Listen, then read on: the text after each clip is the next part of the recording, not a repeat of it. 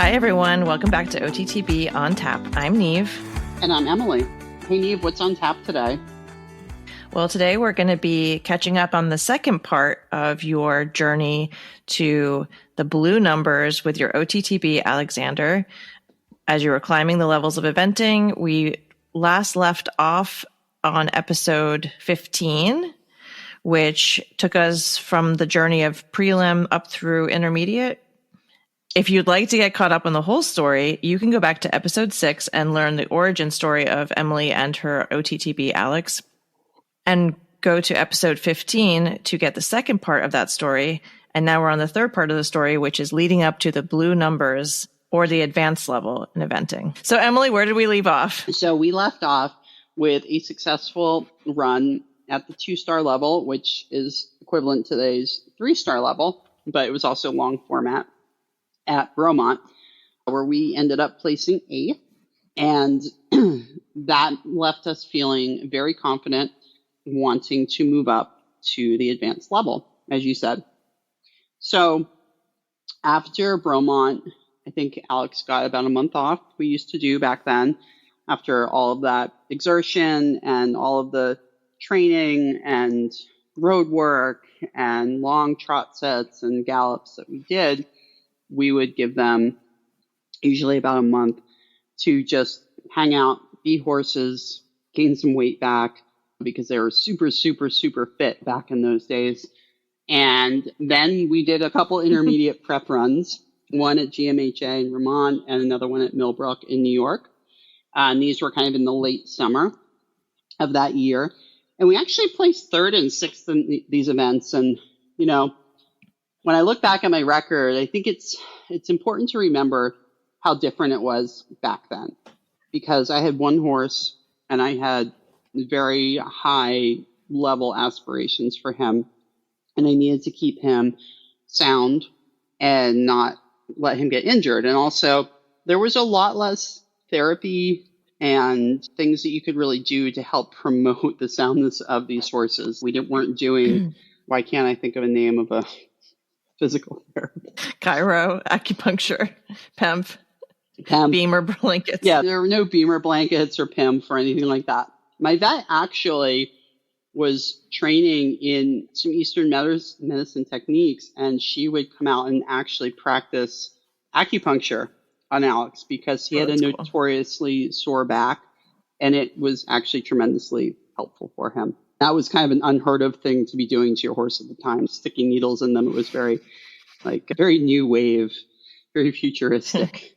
Right. So anyway, we didn't often run for time, is what I'm trying to say here. We would save that for the big 3-day events. Not everybody. Obviously, there were people that had big strings of horses before that if one happened to get injured or something like that. But, you know, I had all of my eggs in one basket. I could not afford a backup horse. I could not afford a second horse.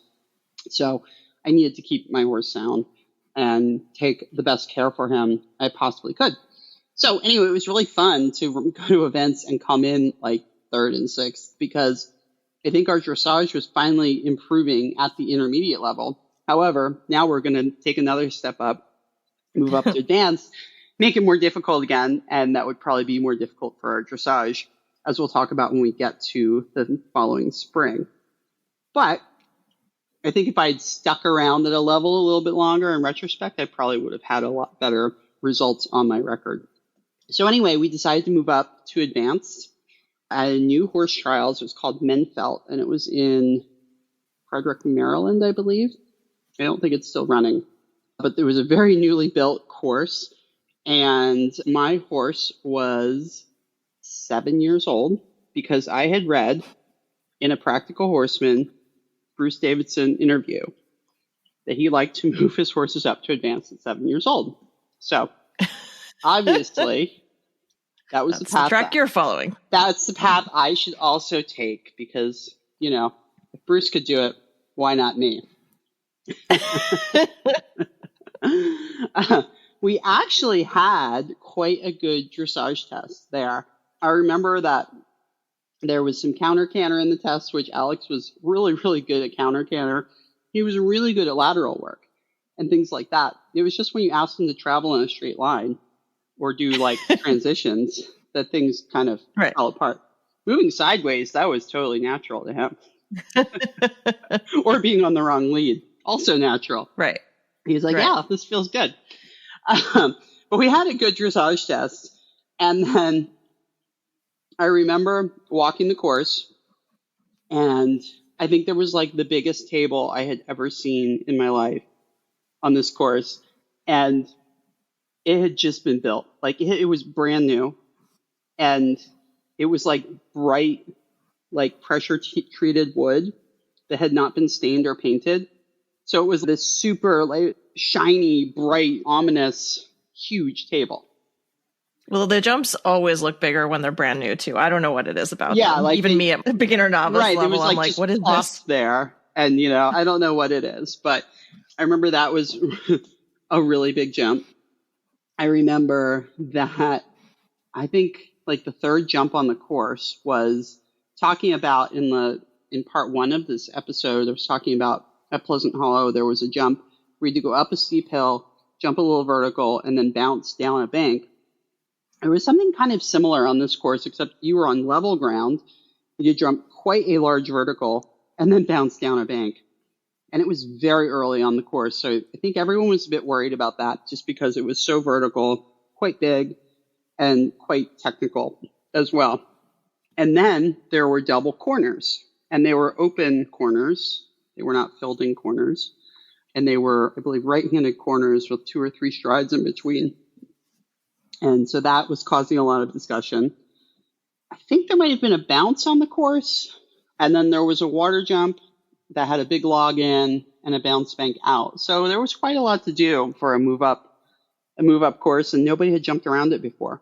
So I feel like normally now, if you were moving up from intermediate to advanced, you would want to aim for a course that felt not soft, but approachable and reasonable for, what you were trying to do and suited your horse. But I feel like back then, not only did you not have your choice of events, but I mean, like you said, your first advance is on a brand new course that no one can even tell you what it runs like. Yeah. And I think at the end of the day, this ended up being a little bit of a softer course, at least that year, because I think they had built it in quite a hurry. So I think some of the jumps were probably a little bit easier than you would normally see on an advanced course. But the combinations and the complexes were all very, very tough. I remember there was a very kind of strange complex that no one really knew what to do with. That was in trees, and it was these skinny, like white tents, like a tarp that was white that you were supposed to jump and in a related distance. And we had no idea how the horses were going to react to that because nobody had ever jumped anything like that. It's very strange looking. So I think I was convinced to go the alternate route there, even though I think my horse probably would have jumped straight through it, no problem, because he just did not care about things like that. Yeah. Another thing I remember is I was getting dressed and getting my gear together for cross country, and my trainer walked up to me and he was like, "What are you wearing?" And I was like, "What do you mean, what am I wearing?" And he was like, "Your spurs." I think I had my like little 1/4 inch like dressage, because you had to wear spurs for dressage. So I had like literally the smallest spurs that you could possibly have. And that's just what I rode him in when I had to wear spurs. I never thought that I would actually need big spurs on a horse that, like, when you were riding him, it was like being on a locomotive. When he saw you jump, I've talked about this in some of the other episodes, but when you pointed him out a jump, you had to be prepared that you were going to jump it. There was no fooling around. It was like being on this locomotive that was going to jump this jump. And you better hold on. There was just a forward surge of energy that I really can't describe. But anyway, Michael was like, "No, you're not wearing those spurs. You're going advanced now. You need real spurs." And I was like, "Why? What are you talking about?" And he was like, "You'll see." He's like, "They need to be there when you need them." Right. Because there's going to be a time on course where you're going to be upset that you didn't have them on. Yeah, at this level, you need, and I know things are different now, and training is a lot different now, and there's a lot of different perspectives. But at the time, first of all, there were no frangible pins. There were no breakaway jumps. These were solid jumps that did not fall down. And if you told your horse he needed to go forward, then he needed to respond instantly. Yeah. So I think I borrowed his big spurs. And I was like, whoa, okay. What did Alex think about those?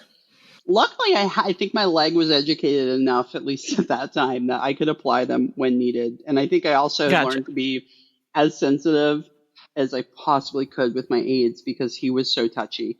So it was not like there was some big reaction from him, but I do remember there were times on courses that I was like, okay, I need to like apply these and you need to go forward. There was also a really tricky coffin jump. Speaking about the coffins again, I think it was like a bounce over the ditch or something like that in the woods. Again, nobody had ever jumped this before. So there was no frame of reference of what we were going to do. And then as I was warming up, another rider had a bad fall and had to get airlifted out. Oh, Jesus Christ. So it's good for your confidence. Yeah, basically. And he was okay. I think it was just a precaution, or maybe he broke something, but it wasn't a terrible injury, thank God, or anything like that. Yeah. But not good for your confidence when the helicopter lands right before you're ready to start cross country, your first advance. Anyway, so long story short, I do have video of this, by the way. So we can post some clips, which are really fun. You can just see my horse in action. I mean, he was truly, truly an incredible cross country horse. And just how catty and how brave. The fact that he's 7 years old and I was 18. I think I was 18. And so we jumped clear and we actually placed sixth at our very first advance, which was amazing. Yeah, just such an incredible thing. And that was the end of our season in 98 because Alex needed a tieback surgery on his wind, which had always been the plan to run him up to get him to do his first advance, which now sounds ridiculous, but it's what we did. And then he had the rest of the fall off after his tieback surgery. I think he needed, I can't remember, but I think it was several weeks of very controlled stall rest. And how was he for that? I remember he was actually really good. I was very, very careful. Yeah. Right, because now you knew you had an advanced horse. Well, and the trouble you could get into with that type of surgery at the time, especially, I don't know if it's different today or what, but if he got excited and he exerted himself too early, he could tear the stitches that were holding his epiglottis open. And then that would have made the surgery worthless. And I think they do the surgery a lot different now, but he actually had an incision in his throat with like stitches externally. Right. I think now they go in, I don't know, lasers or something, but lasers. I know there's a lot of different wind surgeries that they do now, is what I'm trying to say. But at the time, he got a tie back. Luckily, it was successful, although he still always roared and still always made a noise. He was just able to actually get air in a lot easier. Exactly. Yep. So then he had the rest of the fall off. I was still a working student at the time. So I had the opportunity to ride and compete a couple of other like sale horses and things like that during that time to keep me busy. Was just super, super excited to have an advanced horse, and we were going to aim for Kentucky. That's pretty exciting. Was still Rolex at the time. So it's funny, we all called it Kentucky then. So you were 18 and Alex was coming 8? So the next year was 1999. And so I had turned 19. And Alex was 8. And we were training to lead up to go to Kentucky. So had you been to Kentucky before you rode there? Yeah, it's funny. I was trying to think of that this morning. The previous year, I think I groomed there. So yeah, I think I had been there once as a groom. So at least I'd gotten the lay of the land. The horse park as we know of it today was much, much different in 1999. Can you describe, because I think a lot of our listeners have probably been to Kentucky for one event or another. So can you describe how different it was back then? I mean, there's just no place like it. Even then, like, it was a lot less built up, but there's just such a special feeling in the air anytime you go to the Kentucky Horse Park. I don't know really what it is. Maybe it's the time of year. It's the most beautiful time of year, late April in Kentucky. You know, the beautiful grass, flowers, whatever. Yeah. But the horse park just has, I mean, would you agree? I know you've been there. Yeah, I think all of the big events like that, it feels like hallowed ground. You feel like you're sort of surrounded by the ghosts of, you know, riders in the past and, you know, horses of the past and that kind of stuff. And I think because Kentucky itself is just so horse centric, it feels like it's all encompassing. Yeah, actually, I remember maybe about 10 years ago now, I flew to Kentucky to go watch the Rolex Kentucky 3-day event and landing in the Lexington airport. And there's just like horses everywhere. It's kind of weird, but it's also really cool. Yeah. Yeah. So Lexington itself is a really, really fun place. You were saying that it wasn't that built up. So was the big stadium where they have dressage there and show jumping, was that there? No, there was no big stadium like there is today. I mean, that thing is huge. So at least I did not have that atmosphere to deal with. Yeah. For dressage, the dressage was on arena footing, and there were some stands set up around it, probably temporary bleacher type things. There was still a lot of presence there, but it was not that huge stadium that there is today. And the show jumping was actually on grass. It was in the same location. And that's what Kentucky was known for, was to have a really big, tough show jumping course. And I think the fact that it was on grass, which at the time was a lot more common than it is today in the US, but still it made it that much tougher than it is today on prepared manufactured footing. Also, the year that I rode there was only the second year that we had a 4-star in the United States. I rode in the 3-star, which was the advanced level at the time. We had just gotten the 4-star, the very first one, the year prior. So this was only the second year it was there. I did groom there the year before. Well, just thinking about having that lay of the land, knowing how far the hotel is from the grounds, knowing where the stabling is in relation to the arenas, all of that stuff, I think, puts you a little bit more at ease. Yeah. And interestingly, in terms of like the levels, I was a little bit disappointed. I thought the cross country course was a little bit softer than I had imagined it would be, which is a huge contrast from the year before, where I went to Essex to do the 2-star, and I had just built it up in my head to be this like giant monstrous course after like seeing it my entire life. Yeah. I will say that I think that's something that's unique to Kentucky. I think there's an element of deception. I think often if you've been to other big 3 days in the country and around the world, Kentucky's got that sneak factor of it seems a little innocuous. It seems a little approachable. Yeah. But it's really not because of the way that the course designers use the terrain and the questions. Yeah, and it's funny because it feels flat there until you're riding it, and it's not flat. Yeah. In fact, you don't have that huge hill like you have at Bromont or Burley, but there are some long, slow grades, and there is some kind of rolling terrain that they use for the jumps. So while it might not be the most maxed out course you've ever seen, having said that, I rewatched the video, and the course is freaking huge. So I don't even know what I'm talking about. Right. But we have to put ourselves in the mind of like 19-year-old Emily, who was going to the Olympics, by the way. And so I wanted to like start impressing people because I only had a year left before I was going. Right. And my horse did not like dressage, so we had to do really well in cross country. So, speaking of dressage, let's talk about it. How was it? You were also grooming when you were there, right? So that's another thing. I had always been pretty much the sole groom, not only for myself, but also Michael, my trainer. And I was the working student.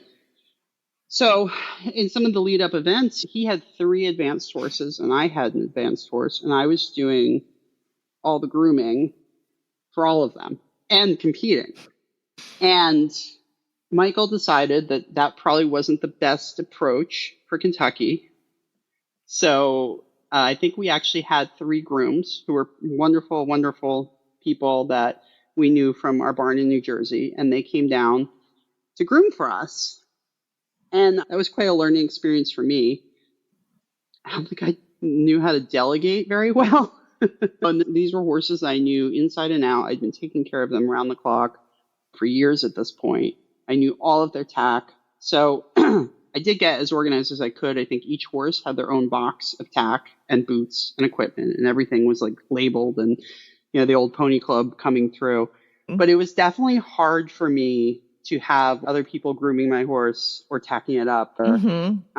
So for instance, I was riding Alex in a double bridle, and the person that put it on wrong. And I got on him, and I was warming up for dressage, and I went to the bit check, and the bit check thank God we did the bit check before dressage at that time. I think the curb chain was like wrapped around some weird way or something. So I actually had to get off and like take his bridle off in the dressage warm up and reset it, and then try to get back on him, which was never easy because he was huge and did not stand still ever. So definitely a learning experience to always check your tack.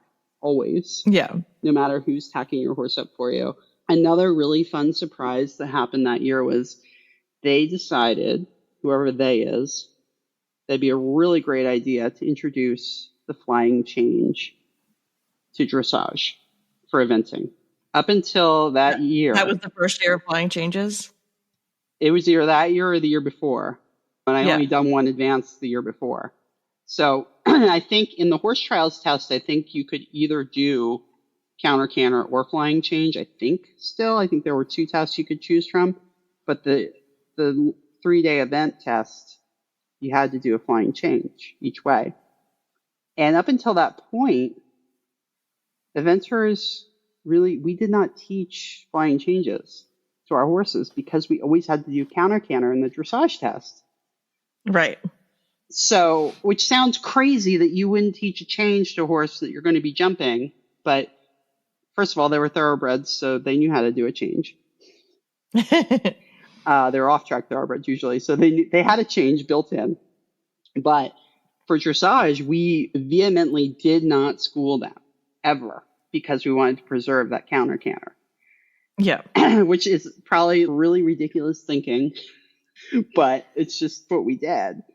So, do you remember where the flying change came in the test? Was it across the diagonal or? Oh, it was horrible. It was horrible. You had to do an extended canter across the diagonal, collect the canter to a change in the corner, like the judge.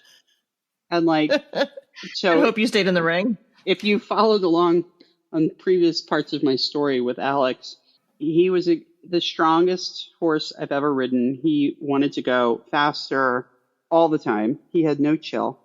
He wanted to just go faster, faster, no matter what. And downward transition from the extended canter was not really there. So then you're talking like any transition, much less a right, change. much less collect your canter after flying across the diagonal and then try to do a change. It was probably the worst presentation it could have been. Conversely, like I've talked about in the past, he had a beautiful canter half pass. He could do a gorgeous canter half pass across the diagonal, go straight for a few strides on the long side, and do a beautiful change. No problem. Right. However, this fly across the diagonal and then throw in a change in the corner and maybe not exit the ring and get eliminated on your horse that's fit enough to run Kentucky was the worst possible idea. But that's what we did. Also, what I'm reading about your statement of what he was good at and what was harder for him is a real life lesson on how to set your horse up correctly for a flying change by using lateral movements. Oh, yeah. Yeah, absolutely. It actually positions their body and sets it up to do the change. But the powers that be decided that this is what we were doing. So I did what I had to do, and I put a double bridle on my horse to try and stay in the ring. But you survived dressage. Well, you know what? I was very, very pleased with my test. We knew the changes were going to be a disaster. Okay, let's just try and stay in the ring and get those done. But for an 8-year-old who'd been off the track for 3 years to canter down the center line at Kentucky. And I was 19, and we did all the movements. We kept our act together. We didn't leave the ring. The changes were a mess, but all the other work was decent, especially for the level of training and his crazy amount of fitness that he had at the time. And I think that's a testimony to just how hard you would work to form a partnership, because I feel like when you watch some of the videos, like the live streaming of Kentucky over the last, 10 or 20 years, you can see what happens to the horses and the riders, and sometimes both, when the nerves get to them, when the atmosphere gets to them. And they could be super well prepared, but I don't think anything really prepares you for what that feeling of cantering down center line is for that first time. Yeah, and I put so much pressure on myself. It was unreal. But somewhere between the year before, in 1998 to 1999, I somehow learned how to put that aside and concentrate on the job at hand. And also knowing that me getting nervous for dressage was just going to make everything worse with my horse.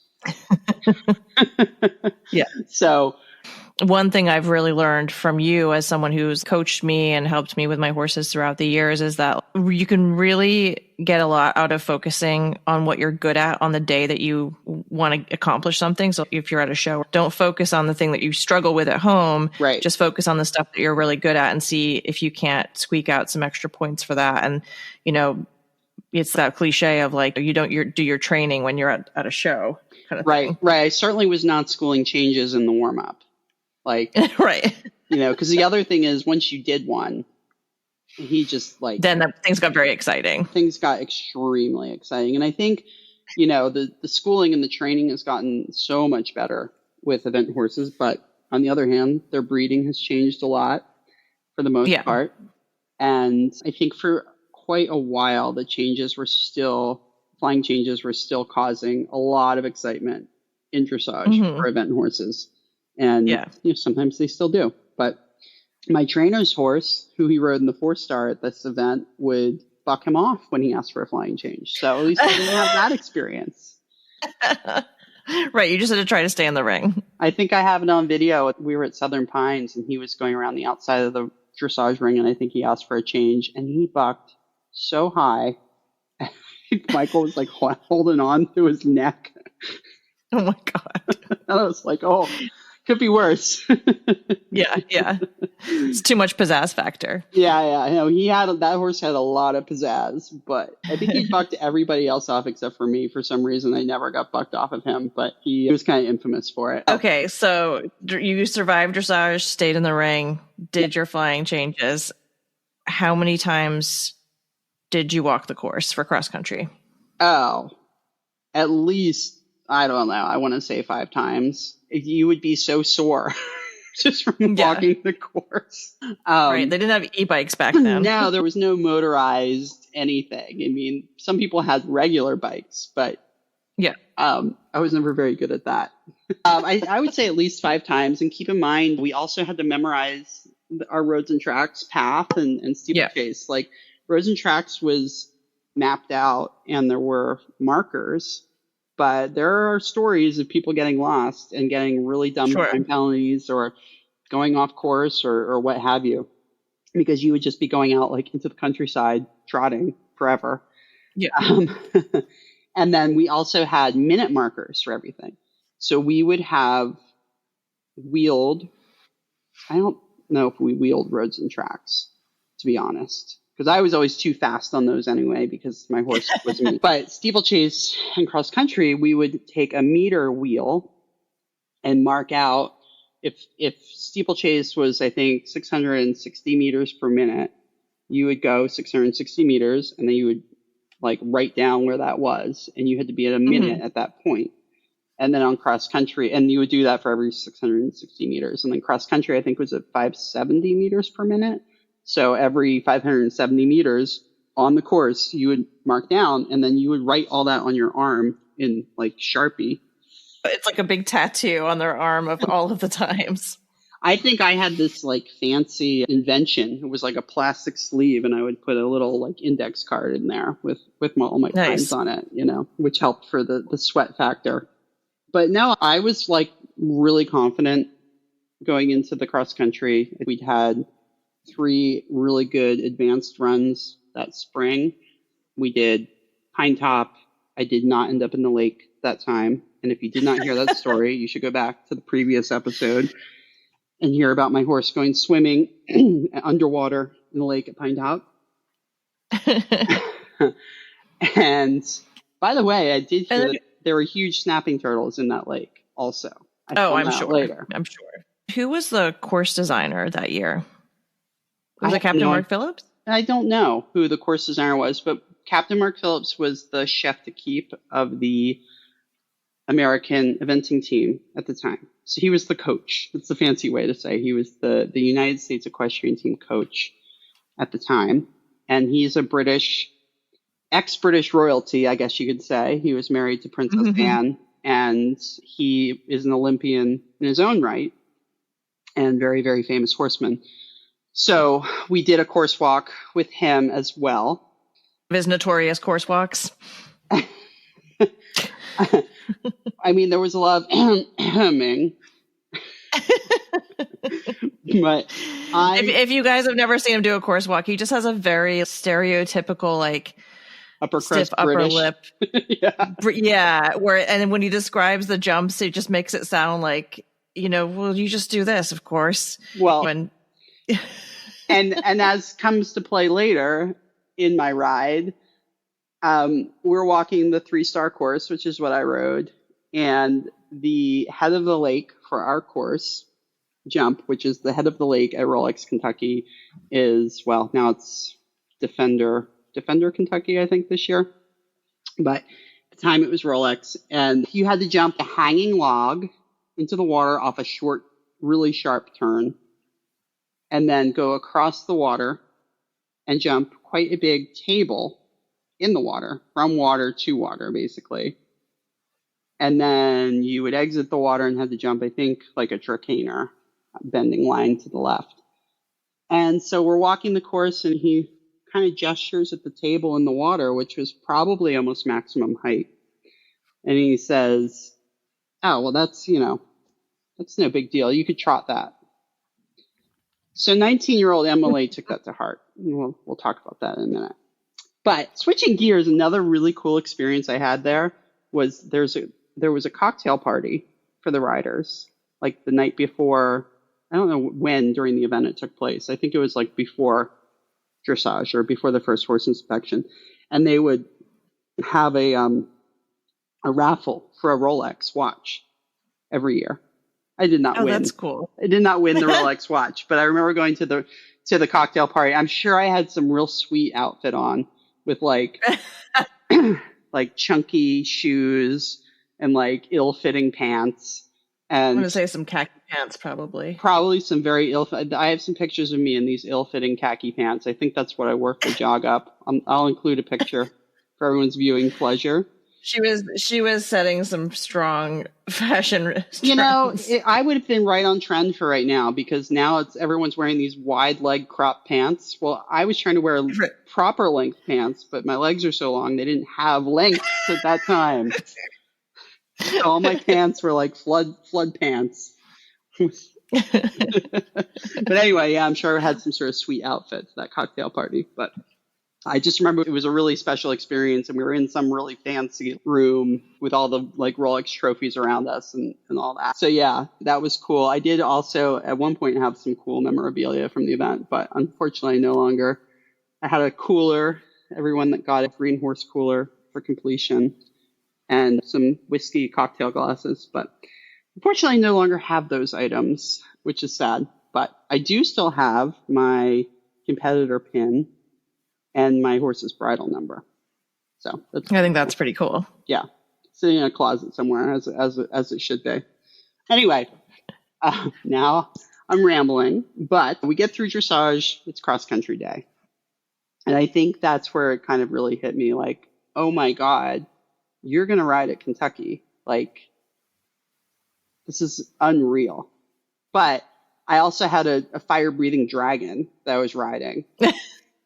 And he was ready to run, man. Like, he could breathe now. He had his wind surgery. I was struggling. He's been at the horse park for 3 days and not been turned out. Yeah. I was really struggling with bidding him. I remember at that time in the unfortunate position of bidding him up for cross country. And I think that was a bad decision. My trainer rode everything in a snaffle if he could on cross country, and that was his preference, and that's absolutely my preference too. But this horse was so strong and he was also very, very long. And for all of his athleticism, at the end of the course, he could be seriously on his forehand.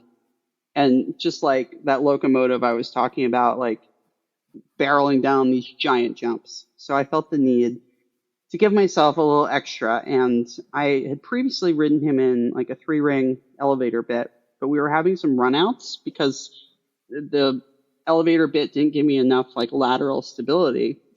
Yeah. And so at some point in that season, I decided to go old school and I put a Kimberwick on him. Is not the most popular bit other than for like school ponies, right? Maybe like fox hunters. I don't know, but it was great. It was like a straight bar Kimberwick bit, and it was super simple, and he respected it, and it seemed great. So anyway, we set out on Roads and Tracks. I remember we got to the steeplechase course, and I believe my vet at the time was actually helping me get him into the start box for steeplechase.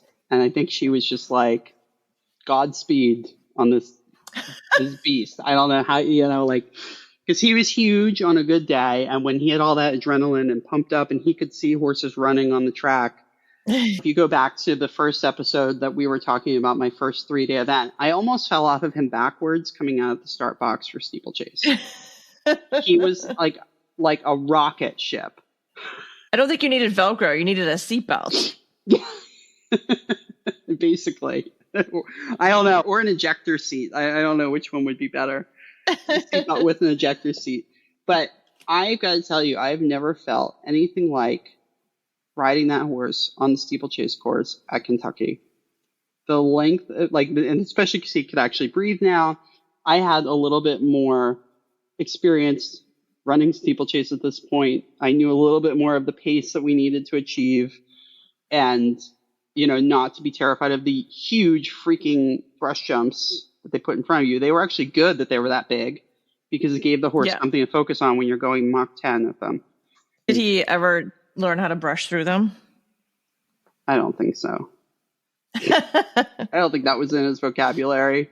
No. It felt like this like machine. And maybe I talked about this in the first episode on riding him on steeplechase, but like his stride would open up into this like other dimension, and you didn't even feel him touching the ground. It was just like being on this huge surging cloud. Just unreal. I would imagine it's probably a little bit like the way that big wave surfers feel. Yeah, that power. The power, and there's that moment of, are you harnessing it or is it harnessing you? Or there's this like sweet spot in the middle where it's magical, Yeah. It definitely, I had learned at that point how to set his pace and kind of just tuck up and be along for the ride. And it was so cool. Yeah. Of course, he lost at least one shoe. And, I'll never forget. My other vet was helping us. He was a very wonderful Irishman. And he was trying to help me hold Alex for the farrier at the end of steeplechase, and the words that were coming out of his mouth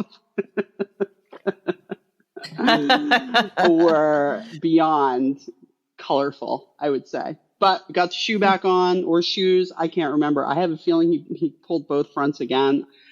And by the way, my farrier was the farrier for the U.S. Olympic team at the time. I had the best farrier in the country, maybe the world. This was not due to farrier issues. It was due to just this horse, like his hoof construction and his stride. His over track at the walk was a minimum of 18 inches.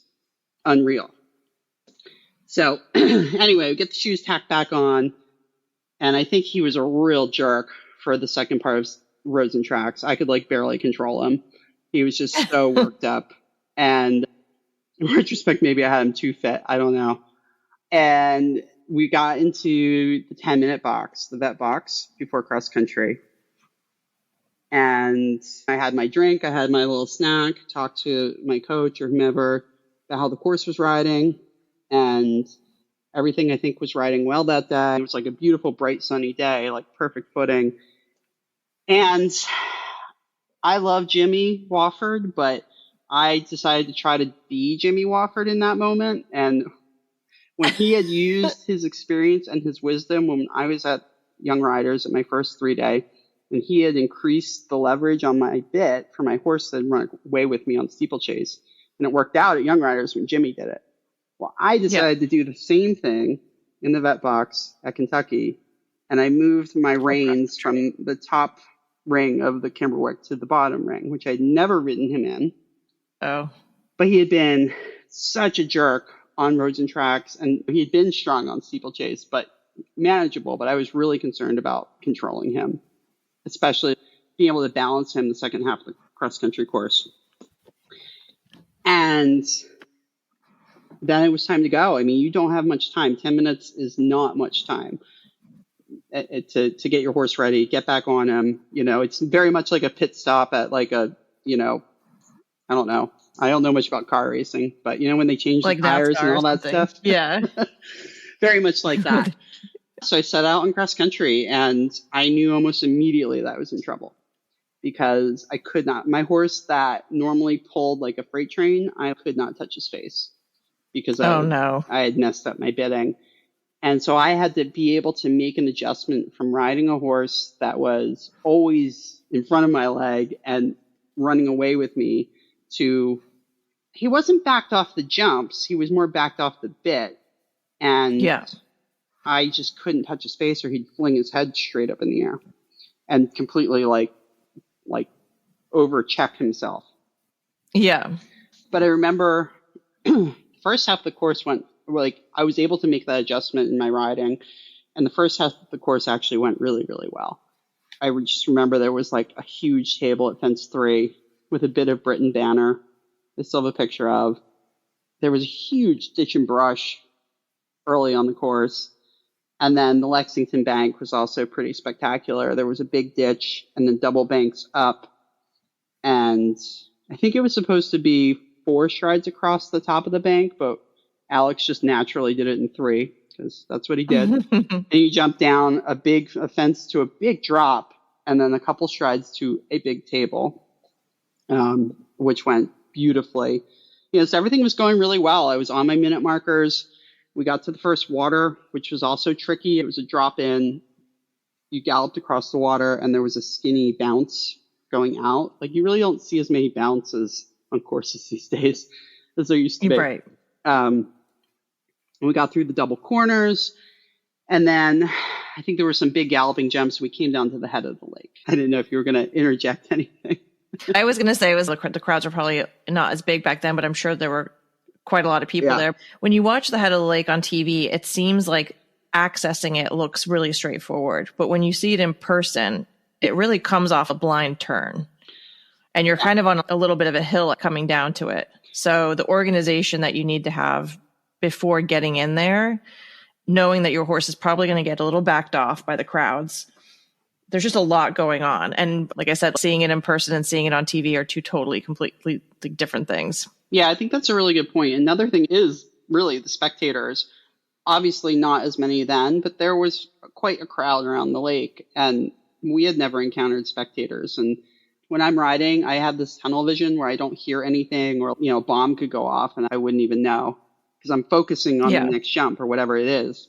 But yeah, maybe the spectators played a little bit of a role in what happened. I blame my bitting, and my trainer blamed the fact that I decided to hit my horse right before the water jump, and that took his concentration off the jump. But the other thing I should mention is that you had to come around and make quite a tight turn. I think we had to jump a keyhole jump. So that's a jump that has like a picture frame around it. And it was like a white lattice, really pretty jump. And make a tight right turn and then jump this big hanging log into the water. And unfortunately, in that tight right turn, and I was a little bit overbitted, so I think my horse was not as willing to really stretch over the jumps, and he was starting to drop his legs a bit. which is never a good thing. And he was a very, very catty horse. He was very catty with his front legs. But we came around that right turn, and he was just leaning in. I didn't have his right shoulder. And then I gave him a little slap with the stick on the right shoulder. He did not need that either. But ended up he hung that right leg. He was not able to pick up his right leg. And we jumped the jump with his right leg going behind him. So he twisted quite badly in air. And I just fell off on my butt in the water. I had pebbles in my pants. I had gravel in my pants. I was completely head to toe soaked, covered in mud. My boots were full of water. Luckily, Alex did not run away because there was whatever the enclosure is they put in between jumps to go like the long way or the short way. I've contained him. So he stopped.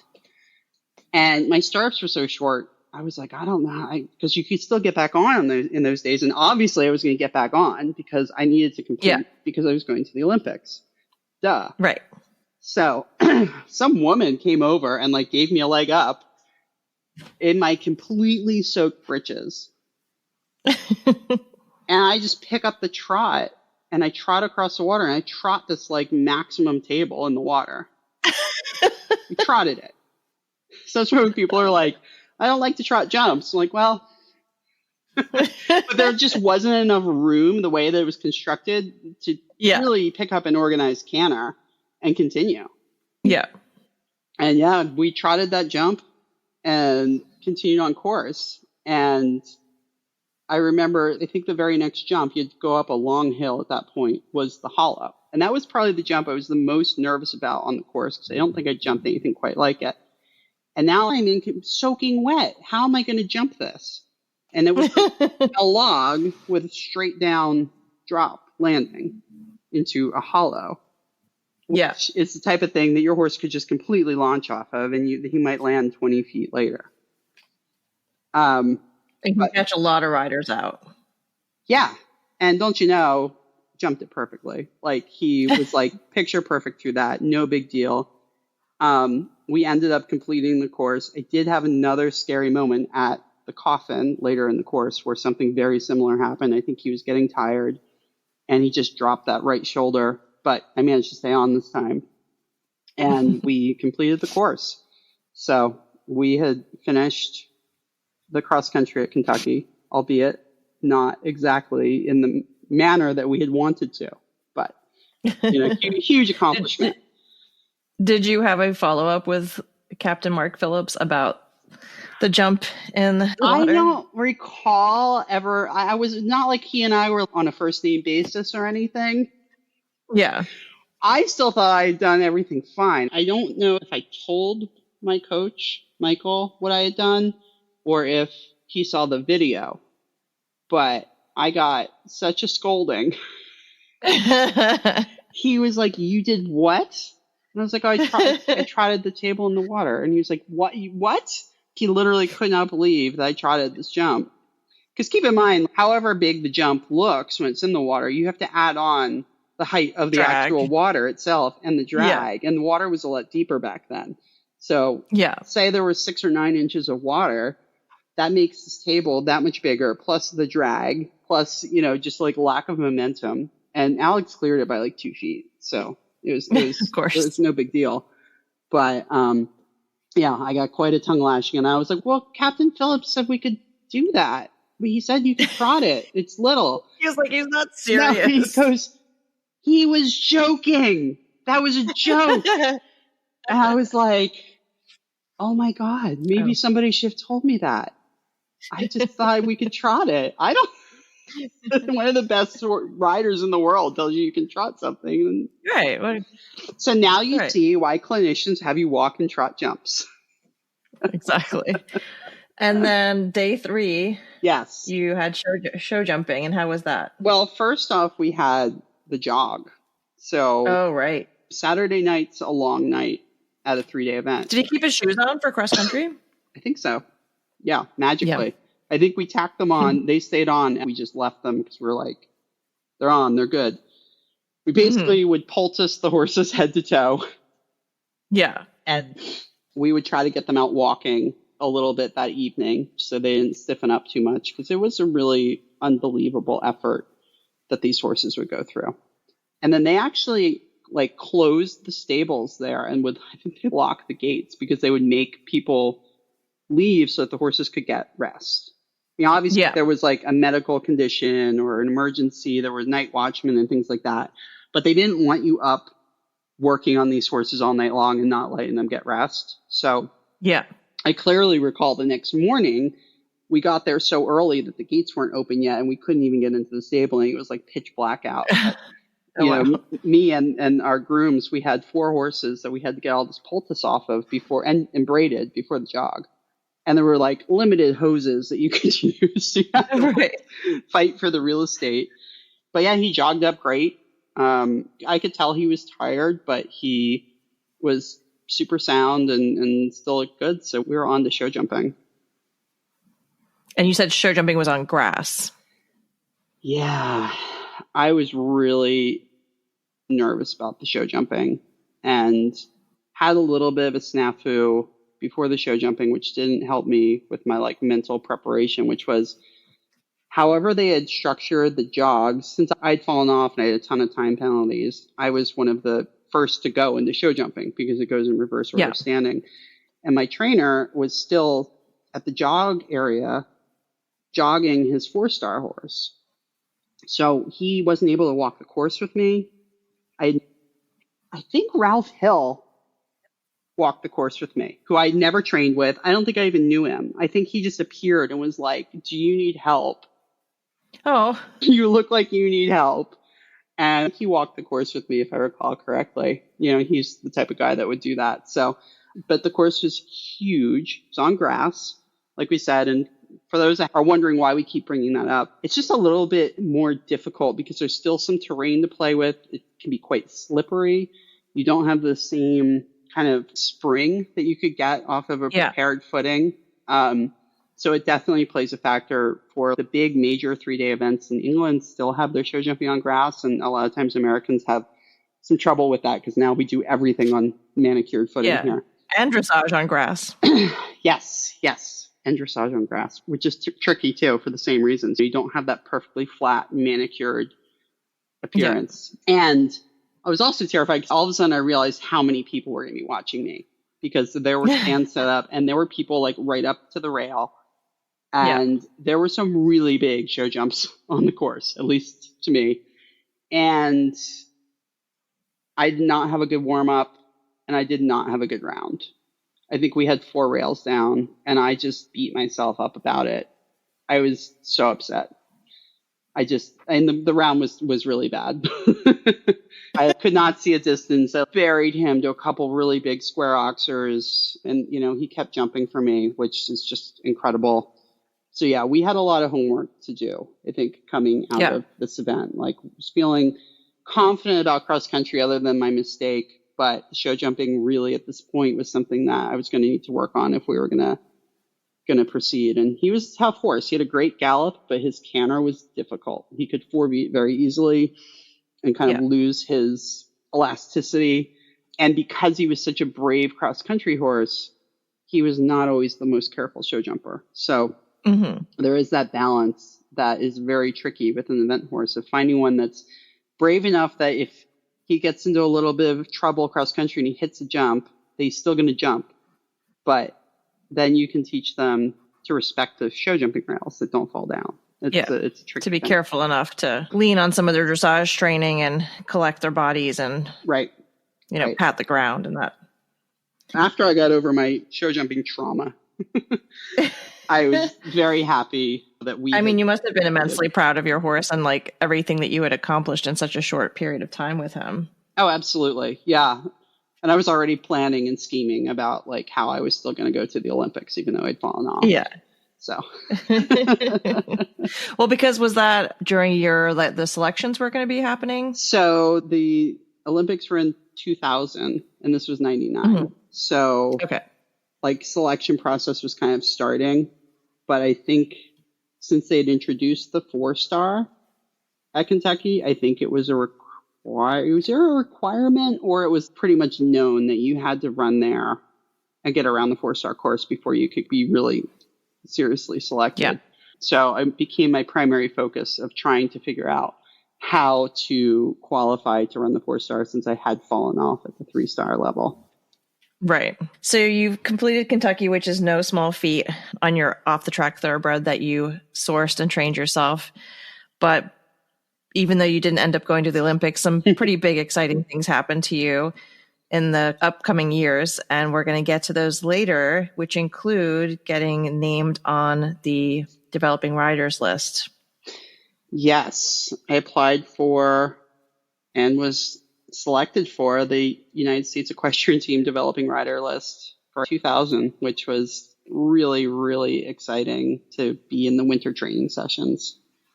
So yeah, and you were surrounded by some really, really cool riders, and we'll get into that in our next episode where we talk about the final section of Emily's journey with Alex. Can't wait to continue, and thanks for listening, everybody. If you guys liked what you heard today, please leave us a 5-star review on Apple Podcasts or Spotify or wherever you listen to your favorite podcasts.